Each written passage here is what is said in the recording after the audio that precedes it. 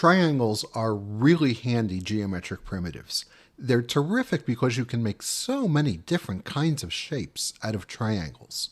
Processing makes it really easy to create and draw triangles.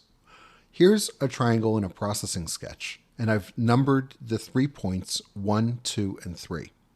To create this triangle in processing, we just call the routine triangle with a opening parenthesis, and as always, a closing parenthesis and a semicolon. Notice that the word triangle is all in lowercase, and of course, it's just one word. You might be tempted to shorten that and call it try, but that won't be recognized. The command is triangle.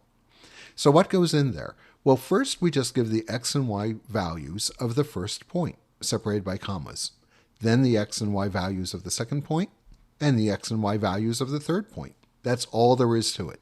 Just list those 6 numbers with commas between them, and processing will draw that triangle. Let's actually see this happening. Here's a little sketch that lets us look at the code to actually produce a triangle and the triangle that it creates.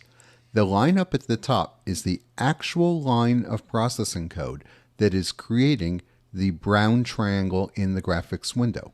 It's the word triangle, open parenthesis, and then the XY of the first point. Here I've printed that in red to show it's the red point, the XY of the second point in blue, and the XY of the third point here in aqua. Although, of course, in your code, everything will be in black.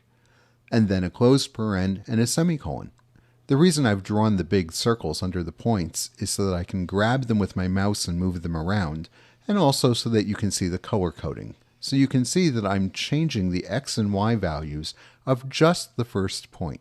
And I can really drag this thing around anywhere I want on the screen, and processing will draw the triangle. It draws lines from the first point to the second to the third, and then back to the first, and it fills the whole thing in. I can turn off those little grabbers, and in fact I can still move things around.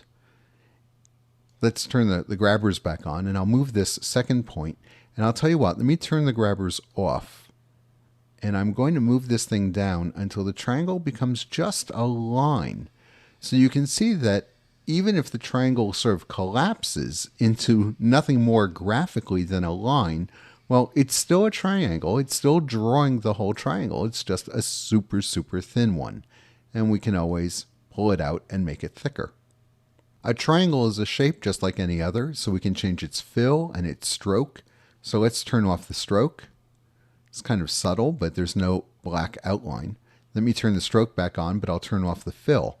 And now we just get the outline. And because we're drawing a stroke, we can change the weight on the stroke. So I can draw a very thick stroke for this triangle. And move the points around, of course, as always. And then I can fill it as well.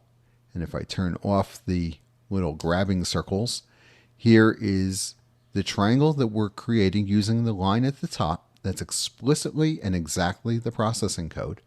But I'm drawing this now with a thick stroke around the outside.